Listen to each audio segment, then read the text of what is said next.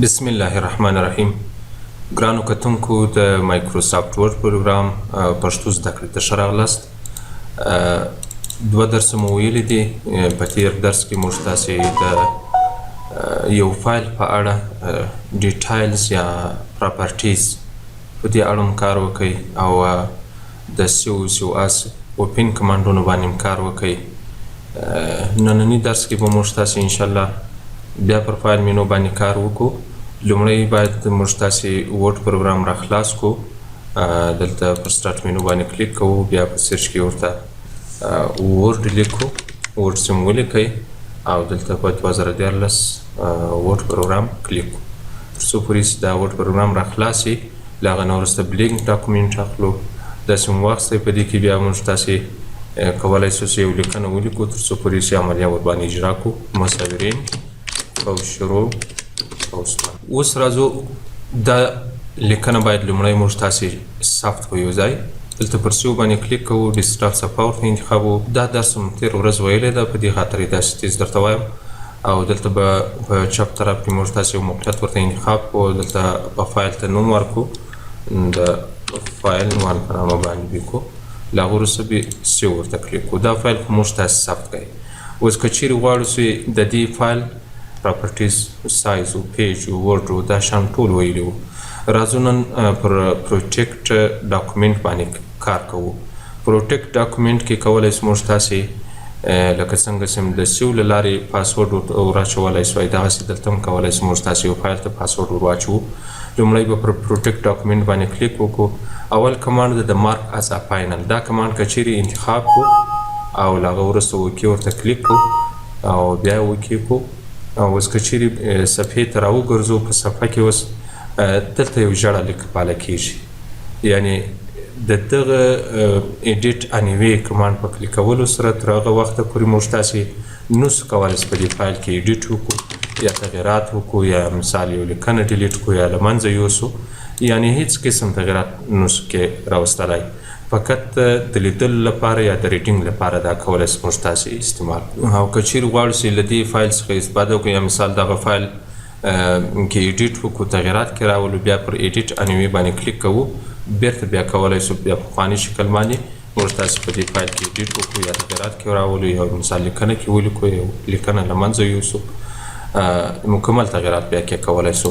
یعنې د دې کمانډ په کلیک کولو سره کولی شو د موقت وخت لپاره موږ تاسې خپل فایل ته کل پر واچوو او باندې د بل چا له لاسوهنې څخه. بل کمانډ د انکریپټ پاسورډ په نامه باندې. د دغه کمانډ په کلیک کولو سره کولی شو پاسورډ ورته ور واچوو. اوس دغه لیکنه خو موږ تاسې ثبت کړې ده د فایل 1 په نامه باندې. که چیرې غواړو چې دې فایل ته پاسورډ ور واچوو، دلته به پروټیکټ ویت پاسورډ کلیک کړو او دلته به پاسورډ ورته ور واچوو، بیا به اوکې کړو، بیا به پاسورډ ور واچوو، بیا به اوکې کړو. دا فایل اوس پاسورډ لري. که چیرې دا فایل موږ تاسې کلوز کړو، چې ورته کلیک کړو، د دوم ځل لپاره که چیرې غواړو چې دا فایل را خلاص کړو، د فایل 1 په نامه باندې به موږ تاسې دلته هغه فایل ولټوو پر ډیسکټاپ صفحه باندې. او که چیرې غواړو چې دا را خلاص کړو، ډبل کلیک ورباندې کوو، دا فایل به موږ تاسې څخه پاسورډ غواړي. یعنې کوم پاسورډ چې د انکریپټ ویت پاسورډ له لارې ورته ورکړی ده، بغیر له هغه پاسورډ څخه دا فایل نسو خلاصولی. لومړی به هغه پاسورډ ورته ورکوو، بیا له هغه وروسته څنګه اوکې کلیک کړو، دغه فایل کولی شو بیا استفاده ځینې وکړو یا ایډیټ کې وکړو، تغیرات کې راوړو. بل کمانډ د چیک فار ایشو په نامه باندې. په دې کې دا دوه کمانډونه دي. اول چیک اکسیسیبیلیټي او بل چیک کمپیټیبیلیټي. چیک اکسیسیبیلیټي دا وظیفه اجرا کوي. یعنې که چیرې اوس موږ تاسې دا کلیک کړو نه، دلته راته لیکي نو اکسیسیبیلیټي ایشو فاوند، یعنې کوم پرابلم مشکل نشته پکښې کې په دې لیکنه کې. او که چیرې دلته ورته ولیکو یو ځای یو دوه ځایه داسې ډېر سپیس راسره کلیک شوی نه، او دلته هم سپیس شته او دلته هم سپیس موجود ده، دلته به هم سپیس ورته ورکړو. دی خپله دغه کوم ځای چې سپیس ډېر ول شوی هغه خالیګات شی کوي، راته په ګوته کوي. یعنې اوس ګوره دلته په دې ځای کې تقریبا د 7 کرکټره په اندازه باندې، د 7 حروفه په اندازه باندې موږ تاسې سپیس ورته ورکړی ده. او یو بل ځای 2 ځایه نور هم چې هغه د 5 حروفه په اندازه باندې دا سپیس کلیک شوی ده. او که چیرې دلته سپیس ورته ورکړو، دا هم دا سپیس راته ښیي تقریبا د 9 حروفو په اندازه باندې سپیس دلې وهل سوی ده. او که چیرې غواړئ چې دغه ساحه یې په نښه کې شي، اوس مثال دا سپیس چیرې موجود ده، دا د 5 حروفو په اندازه چیرې سپیس کلیک سوی ده، داسې چیرې موجود ده نه، ډبل کلیک ورباندې کوو هغه سپیس یا خالیګاه خپله راته په نښه کوي، هایلایټ یې راته. او که چیرې پر دې کرکټر باندې کلیک کوو، دا 5 کرکټرو په اندازه باندې کوم سپیس کلیک سوی دی، مثال په دې 7 کرکټرو په اندازه باندې دا سپیس کلیک سوی دی، په دې باندې ډبل کلیک وکړو دا ساحه راته په نښه کوي یا هایلایټ یي. او که چیرې غواړو چې دغه په نښه کړو دغه خالیګاه یا مثال دغه سپیس کوم ځای ډېر کلیک سوی ده، هغه د دې کمانډ له لارې کولی شو چیک کړو په نښه کړو. راځو دلته پر چیک اکسیسیبیلیټي باندې کلیک کوو، اتومات دغه خالیګاه موږ تاسو ته چیک کوي، راته په ګوته کوي. او که چیرې ډبل کلیک ورباندې وکړو دا سپیس له منځه یوسو، دا سپیس له منځه یوسو، دا له منځه یوسو، دا هم له منځه یوسو، بیا دی دلته راته لیکي چې نو اکسیسیبیلیټي ایشو فونډ، یعنې کوم مشکل نشته پکښې کې، کوم پرابلم نشته پکښې کې. بل کمانډ د په چیک فار ایشو کې د چیک کمپیټیبلیټي په نامه ده. یعنې که چیرې موږ تاسې دلته اوس مثال یوې لیکنې ته ډیزاین ورکړو، یو پاراګراف په انتخاب کو، په دې لیکنه باندې به یو ډیزاین اپلای کو، سم ډیزاین به ورته ورکړو، دا کلر به ورته چینج کو، پر دې انتخاب سوي لیکنه باندې به یو ډیزاین اپلای کو، رنګ به ورته ورکړو، سټایل به ورته چینج کو، او بولډ ایټالیک دا کمانډونه به ورباندې اپلای کو. اوس ګوره دغه لیکنې ته موږ تاسې یو قسم ډیزاین ورکوئ، سټایل هم ورکوئ. که چیرې غواړو چې دغه لیکنه وګورو چې آیا په ټیټ ماډل افیسونو کې دا لیکنه خلاصولی سو او که نسو خلاصولی. اوس ګوره دا لیکنه خو موږ تاسې په 2014 افیس کې لیکلې ده، یعنې ډیزاین هم ورته ورکړی ده. اوس دغه ډیزاین په دا ټیټ ماډل افیسونو کې موجود ده که نه ده موجود، او دا زموږ داسې لیکنه په دې ډیزاین باندې په ټیټ ماډل افیسونو کې یا په ټیټ ورژنو کې خلاصولی سي او که نسو خلاصولی. مثال په 2003 کې، په 2007 کې، یم 10 افیس کې خلاصیږي او که نه خلاصیږي، دا ګورو. راځو چې کوو، راځو دلته پر دې کمانډ باندې کلیک کوو، بیا چیک کمپیټیبلیټي ورته کلیک کوو، داسې ورته کلیک کوي سلیکټ ورژن ټو شو، یعنې کوم ورژنونه چې دغه لیکنه کې ښکاره کیږي یا خلاصولی سي هغه کولی سو موږ تاسې وګورو. اوس ګوره دلته راته لیکلي دي ورډ په 9 کې هم خلاصوي، په 2003 ماډل افیس کې هم خلاصوي، په 2007 ماډل کې هم خلاصوي، په 2010 کې هم خلاصوي، په دې ټولو کې خلاصوي. effects on text will be removed، یعنی دا کم افیکټ یا دا کم ډیزاین چې موږ تاسې پر لیکنه باندې اپلای کړی ده د خلاصولو په وخت کې به دا له منځه ځي، یعنی دا په هغه نورو ماډل افیسونو کې دا لیکنه دا ډیزاین نه راځي او نه خلاصولی شي. بل کمانډ د منیج ورژن په نامه د ریکورډ انسیو ډاکومنټ. دا کمانډ د دې لپاره استعمالیږي کوم وخت چې موږ تاسې دلته پر یو فایل باندې کار کوو او دا فایل هم ثبت کړی نه وي، ورپام هم نه وي، دفعتاً برق ولاړ سي هغه کمپیوټر کې چیرې موږ تاسې بیرته چالان کړو له سره ریسټارټ سي کمپیوټر، او که غواړو چې دغه خپل فایل بیرته ترلاسه کړو نو بیا دلته موږ تاسې له منیج ورژن څخه استفاده کوو. په دې کې دا کمانډ ورته کلیک کوو، په دې کې اوس ګوره پر دغه فایل باندې برق تللی دی خو ثبت کړی هم نه ده، کولی شو دغه فایل بیرته موږ تاسې چیک کړو، ترلاسه کړو او بیا ایډیټ کې وکړو، تغیرات کې راغلل. بل کمانډ د انفارمیشن هم خلاصو، نیو کمانډ اوپن سیو اس. راځو پرنټ کمانډ ته. پرنټ کمانډ له لارې کولی شو دغه لیکل سوي لیکنه موږ تاسې چیک کړو، پرنټ کړو. اوس تقریبا څو صفحې لیکنه موږ تاسې لرو، 2 صفحې لیکنه لرو دلته. او که چیرې غواړئ چې دا لیکنه نور هم ورته اضافه کړئ، کنټرول A ټوله لیکنه سلیکټول انتخابول، او کنټرول C ټوله لیکنه کاپي کول، کنټرول V ټوله لیکنه چیک کول، ځای پر ځای کول.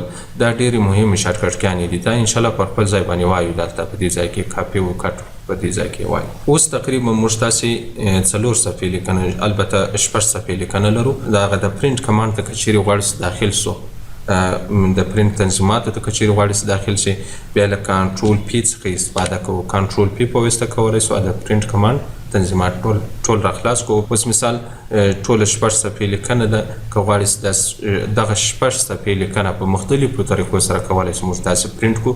په دې کې لیکلي دي اول ګوره پرنټ که چیرې ورته کلیک وکړو اتومات دا لیکنه ټوله چې کېږي پرنټېږي. او په کاپیز کې اوس څو صفحې لیکنه لرو؟ 6 صفحې لیکنه لرو. که غواړې چې له هرې صفحې څخه یوه کاپي بله هم واخلې نو بیا تقریبا څو صفحې راځي؟ 12 صفحې راځي. او که چیرې غواړې چې 3 کاپیانې له هرې صفحې څخه واخلې بیا تقریبا 18 صفحې راځي. او دلته په پرینټر کې بیا کوم پرینټران چې موږ تاسې کمپیوټر ته انسټال کړي وي یا په کمپیوټر کې منصب کړي دا کمپیوټرانو دغه پرینټرانو نوم راته ښکاره کوي. هغه کوم پرینټر څخه چې موږ تاسې مطلب وي له هغه څخه دغه وباسو پرینټ وباسو دغه لیکنه ځینې پرینټ کړو هغه پرینټر بدلې موږ تاسې انتخاب وو. او که چیرې انتخاب شوی نه وي دا پرینټر بیا موږ تاسې د لیکنې له هغه څخه نشو پرینټولی. البته په دا کسخانو کې که چیرې تاسو کتلي یو کمپیوټر ته تقریبا 4-5 پرینټره انسټال شوي وي.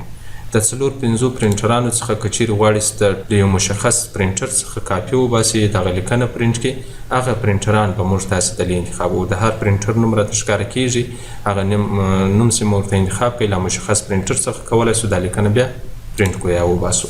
بل کمانډ د سیټینګ ته راځو. په سیټینګ کې اول کمانډ د پرینټ آل پیج. پرینټ آل پیج ټولې صفحې پرینټول. دا کمانډ که چیرې انتخاب وي تقریبا 6 صفحې لیکنه لرو. په لیکنه کې موږ تاسې له هرې صفحې څخه 3 کاپیانې اخلو. او که چیرې پرینټ سلیکشن ورته انتخاب کړو دا خو البته اوس کار نه کوي یعنې دا په انتخاب پورې اړه لري. کوم وخت چې موږ تاسې دلته یو لیکنه انتخاب کړه اوس مثال له دې ټولې لیکنې څخه زه غواړم فقط دا د پای یو څو 3 پاراګرافه پرینټ کړم. صحیح ده.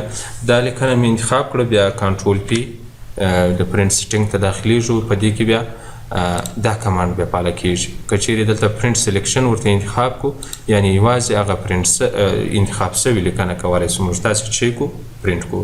بل کمانډ د پرینټ کرنټ پیج په نامه ده یعنی اوسنۍ صفحه پرینټول. یعنی اوس ګوره دلته تقریبا 6 صفحې لیکنه لرو. په 6 صفحو لیکنه کې دا 2مه صفحه د 3مه صفحه ده. دا کرسر نه ده دغه اشاره چې کوي دا لیکنه چې په لیکل کېږي. دا کرسر چې په هره صفحه کې موجود وي هغه صفحه کولی شو د دې کمانډ په واسطه باندې یوازې هماغه صفحه پرینټ کړو. راځو کنټرول پی ته. په کنټرول پی کې بیا اوس مثال دلته شی ورته انتخابوو پرینټ کرنټ پیج ورته انتخابوو یعنی اوسنۍ صفحه چې موږ تاسې کلیک کې کړی وي یا کرسر کې موجود وي هغه صفحه راته پرینټ کړه نورې صفحې بیا ما راته پرینټوه. دا د دې لپاره استعمالیږي. بل کمانډ د کسټوم پرینټ. کسټوم پرینټ کې بیا کولی شو په خپله خوښه باندې څو صفحې پرینټ کړو.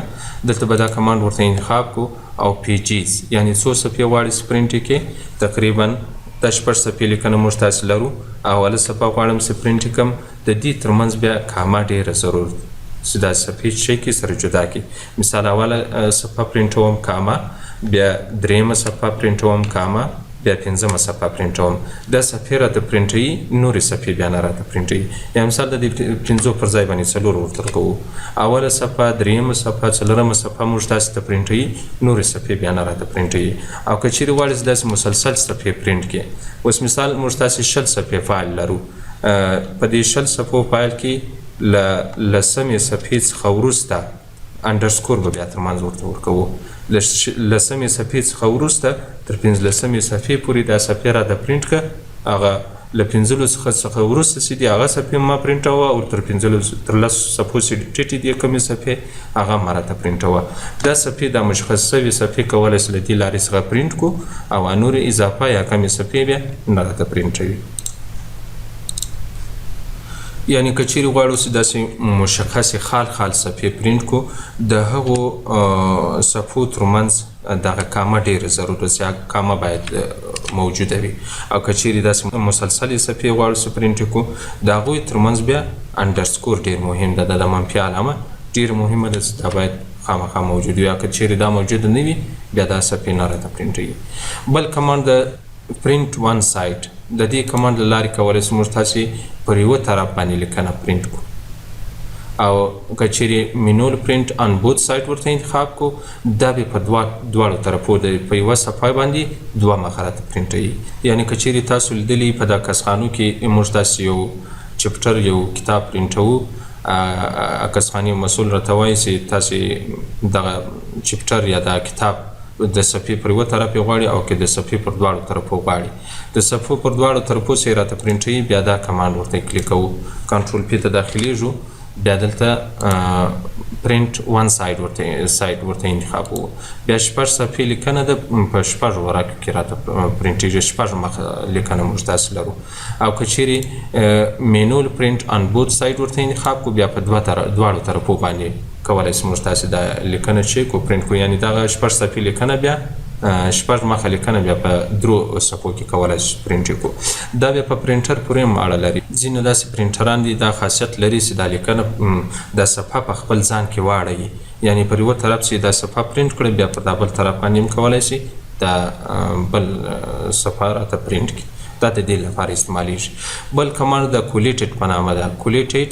او انکولیټډ کولیټډ منظم پرنټ کول انکولیټډ غیر منظم پرنټ کول اوس مثال که چیرې موږ تاسې دا یو چپټر ولرو انکولیټډ که چیرې ورته انتخاب کو شپږ صفحې لیکنه لرو له هرې صفحې څخه پنځه کاپیانې باسو یعنې اولې صفحې څخه شروع تر شپږمې صفحې پورې دا یو چپټر راته پرنټوي بیا له اولې صفحې څخه دوباره بیرته له سره دا پرنټ شروع کېږي تر شپږمې صفحې پورې یعنې شپږ ورقې پرنټوي دا دوم پرنټ سو بیا دریم پرنټ راته راکوي بیا څلورم پرنټ راکوي او بیا پنځم پرنټ راته راکوي دې ته منظم پرنټ ویل کېږي او که چیرې انکولیټډ ورته انتخاب کو دا بیا غیر منظم پرنټ کوي دا یعنې موږ تاسې له شپږ صفحې دي له هرې صفحې څخه پنځه کاپیانې اخلو دی اول موږ تاسې ته که چیرې د انکولیټډ ورته انتخاب کو اول وارې موږ تاسې ته څو کاپیانې باسي له اولې صفحې څخه پنځه کاپیانې راته باسي له دومې صفحې څخه بیا پنځه کاپیانې راته باسي له درېیمې صفحې څخه بیا پنځه کاپیانې باسي له څلورمې څخه بیا پنځه باسي دغسې تر پایه پورې یعنې له شپږمې څخه بیا پنځه کاپیانې باسي هغه کاپیانې بیا کولی شو موږ تاسې د لاس په واسطه سره جدا کړو او سره ویشو بیا جلا چپټران ځینې جوړ کړو یعنې کولیټډ منظم پرنټ کول او انکولیټډ غیر منظم پرنټ کول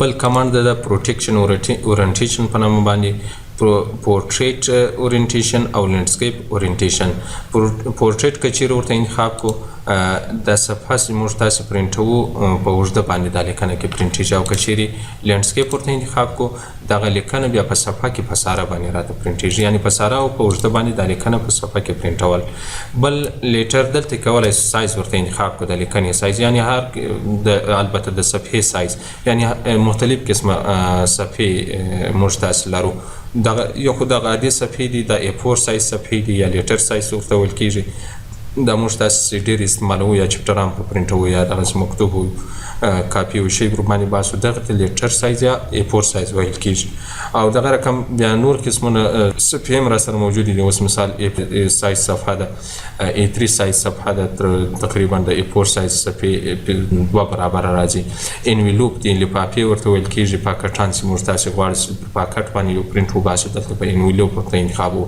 یعنې دغه صفحه چې موږ تاسې هر قسم صفحه مطلوب وي مثال A4 سایز مطلب پر A4 سایز صفحه به ورته انتخابو که A3 سایز صفحه مطلب یې چې پر هغه باندې پرنټ وباسو بیا به A3 سایز انتخابو او کوم چیرې انویلوپ یا لفافه یا پاکټ مطلب چې هغه پرنټ کو پر هماغه پاکټ باندې لیکنه پرنټ کو بیا به موږ تاسې دلته انویلوپ ورته انتخاب وو اوس موږ تاسې دلته کولی شو یا A4 سایز انتخاب کو یا لیټر سایز انتخاب کو A4 سایز دغه عادي صفحې دي کولی شو موږ تاسې لیکنه پرنټ کو بل نارمل مارجن ترازو مارجن څه ته ویل کېږي مارجن د دې صفحې چپ طرفه خالیګاه ته مارجن ویل کېږي اوس ګورئ چپ طرف ته او ښي طرف ته یو څه مسافه موجوده ده سپینه خالیګاه موجوده ده او کښته هم موجوده ده ټاپ طرف ته هم د صفحې موجوده ده د چپ طرفه خالیګاه ته مارجن ویل کېږي په عربي کتابو کې هلته موږ تاسې حاشیه هم ورته ویلی سو اوس که چیرې دغه مارجن غواړي چې ورته اضافه کړي یا کم کړي دا د صفحې هغه بیا پرنټ ته راځو په کنټرول پی باندې کلیک کوو او دلته نارمل مارجن دا راخلاصوو په دې کې اوس ګوره دغه د صفحې مارجن نارمل سایز ده هغه عادي سایز ورته انتخاب سوی ده که چیرې نیرو ورته انتخاب کو دا د صفحې مارجن شی کېږي کوچنی کېږي یعنې مختلف قسمه سایزونه د لیره سره موجود دي که چیرې واید ورته انتخاب کړو دا د صفحې مارجن ډېر پراخېږي په دې شکل باندې او البته په خپله خوښ هم کولی شي دا د صفحې مارجن ورته اضافه کړي یا کم کړي دلته پر چیش باندې کلیک کوو کسټوم مارجن باندې کلیک کوو پر دې سم کلیک وکړئ ګوره دلته لیکلي دي ټاپ لیفټ بټم رایټ یعنې هر طرف ته کولی شي د صفحې مارجن ورته اضافه کړي د دا پورته وکتور په واسطه باندې اضافه کېږي د کښته وکتور په واسطه باندې بیا کمیږي او بل ګټر بیا دې ته ویل کېږي دغه د ګنډلو ځای ته ویل کېږي یا د اسټپلر وهلو ځای ته ګټر ویل کېږي که چیرې غواړئ چې دا د اسټپلر وهلو ځای ورته اضافه کړئ هغه هم کولی شي ورته اضافه کړئ اوس دا د ګټر پوزیشن هم کولی شي ورته انتخاب کړئ اوس مثال دا صفحې چې موږ تاسې پرنټوو یا مثال دا چپټر پرنټوو د چپټر چې پرنټ شي په چپ طرف کې دا ګټر ورته اضافه کېږي او که چیرې غواړئ چې ټاپ طرف ته بیا اسټپلر کې دا چپټر بیا ټاپ ورته انتخابوو یا که چیرې غواړئ ښي طرف ته د چپټر اسټپلر کو بیا موږ تاسې رایټ ورته انتخابوو البته دلته موقعیت ورته انتخابېږي د ګټر لپاره او دلته د ګټر لپاره مسافه یا اندازه کولی شو ورته ورکړو اضافه یې کړو یا یې کمه کړو دا د دې لپاره استعمالیږي بل کمانډ د پیج پر شیټ په نامه باندې ده یعنې کولی شي په یوه صفحه کې څو صفحې پرنټ کړي اوس مثال موږ تاسې 6 صفحې 9 صفحې لیکنه لرو دلته هم دا د صفحې مارجن ورته اضافه کوي په دې خاطر یوه بله صفحه ورته اضافه شوه که چیرې دلته د صفحې مارجن بیرته نارمل ورته انتخاب کړو بیرته هغه عادي صفحې موږ تاسو ته په لاس راکوي 6 صفحې لیکنه هم درلوده بل که چیرې غواړئ چې په یوه صفحه کې 2 صفحې پرنټ کړي بیا دا لیکنه موږ تاسې تقریبا په څو صفحو کې پرنټولی شو په 2 صفحو کې په 3 صفحو کې پرنټولی شو که چیرې غواړئ چې په یوه صفحه کې 4 صفحې پرنټ کړي بیا 4 پیج پر شیټ ورته انتخاب وکړو کولی شي دغه ټولې صفحې 6 سره صفحې لیکنه په 2 صفحو کې پرنټ کړي په یوه صفحه کې پرنټ کړي بیا 6 پیج پر شیټ ورته انتخاب وکړو داسې ورته انتخاب کړئ یعنې دغه 6 صفحې لیکنه کولی شي په یوه صفحه کې موږ تاسې بیا پرنټ کړو نور د چندانې مهم شان نشته دلته په فایل مینو کې شیر یو فایل شیر کول او ایکسپورټ یو فایل پی ډي اف فایل ته اړول هغه کولی شو دلته په یو کمانډ کې موږ ته واړوو